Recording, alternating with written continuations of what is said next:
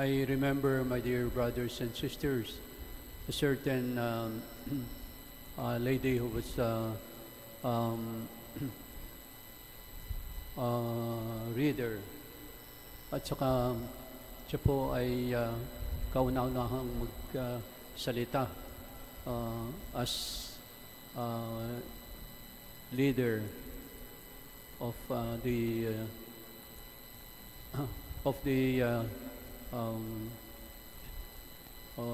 where she's standing. Maraming tao. Eh, natatakot siya. At nung sinabi niya,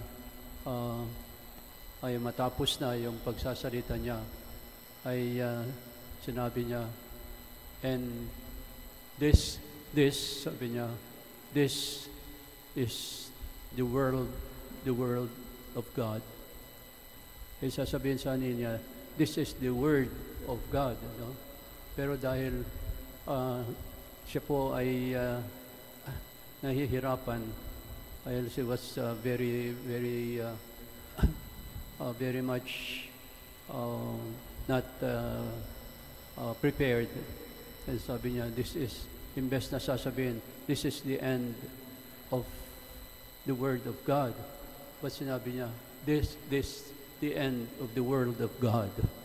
So yun po ang ganyang pan.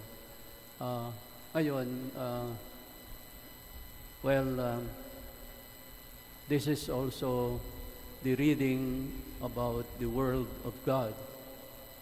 Na the world of God will end. Pero alam po natin na the end of God is not known. Not even the what our Lord said, it will we'll never know when it will come. And that is why we are at the end of the Gospels and readings. Well, we are told to remember that it will come, the end of the world will come, but it will never know. We will never know when it will come.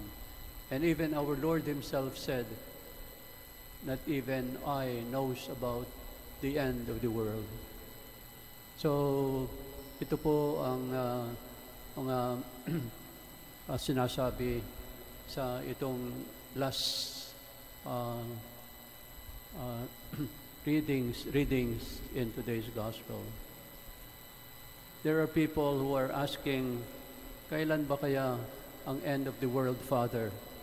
Kailan ba kaya mangyayari na lahat ay, ang mundo ay magugunaw? Well, again, as I said, we do not know when it will come.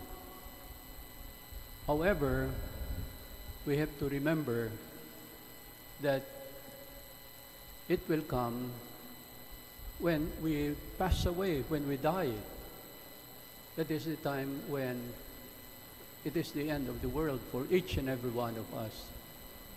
But then, later on, when we will also die, as everybody, and that will be the time when there is what we call the general judgment. That will come when our Lord will judge us of our failings, of our sins, and of the things, good deeds that we have done. So ito sana, mga kapatid, ang pag-isipan natin, and that is why at the end of this year, we always end with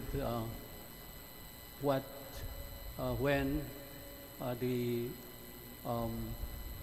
end of the world will come. Pero gaya ng sinabi ko kanina, na itong end of the world is already with us.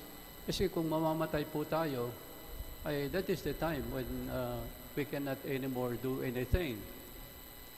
And that the judgment will come at lahat ng mga nagawa natin at mamatay tayo, then we will be judged by God. So we should not speculate, or we should not be predicting when the end of the world will come. We should be prepared, therefore, while we are still alive. Kung buhay pa tayo, then we should live according to what our Lord has told us. Alam niyo yung kasabihan ng mga Boy Scouts, be what? Always be prepared. Kasi hindi natin alam kung kailan tayo kukunin ng Panginoong Diyos. Maybe for some, they are old already, but there are some who are sick of leukemia, sicknesses, and those who are only 12 years old, by cancer, like that, and dies. That's why we have always to take care of yourself. We should always be prepared when death will come to any one of us. So we ask ourselves, my dear brothers and sisters, habang tayo ay nabubuhay, ay sana isipin natin, ano ba yung mga nagawa din kabutihan? Kasi ito yung dahilan kung bakit tayo ay we will appear before the Lord. So, for example, violating the will of our Lord, lying, killing, and those who are violating the other commandments of God. Are we unforgiving? Are we always hating one another, brothers and sisters? For example, I try to pacify some brothers and sisters because they were not talking about God, but about how they would try to sell their properties, you know. And then I was go between and try to pacify them. And you know, okay naman kung at the end of the meeting, well, they were okay. But then, what happened when they went home? Already, alam po nyo, ay hindi sumang-ayon yung mga sinabi. At what happened was, yung isa hindi nabigyan ng ng lupa. Kaya sabi ko, paano ito? You're trying to help yourselves. You're trying to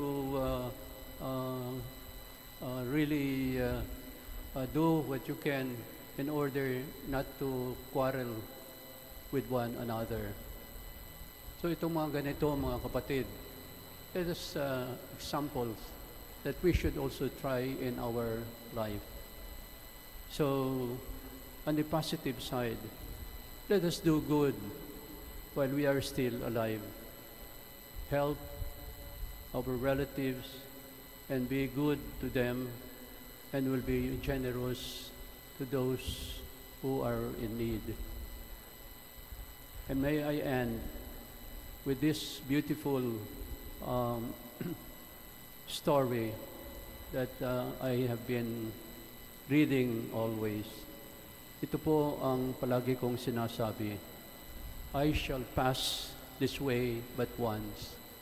Any good that I can do, or any kindness that I can show, let me do it now. Let me not neglect nor defer it, for I shall not pass this way again. Amen.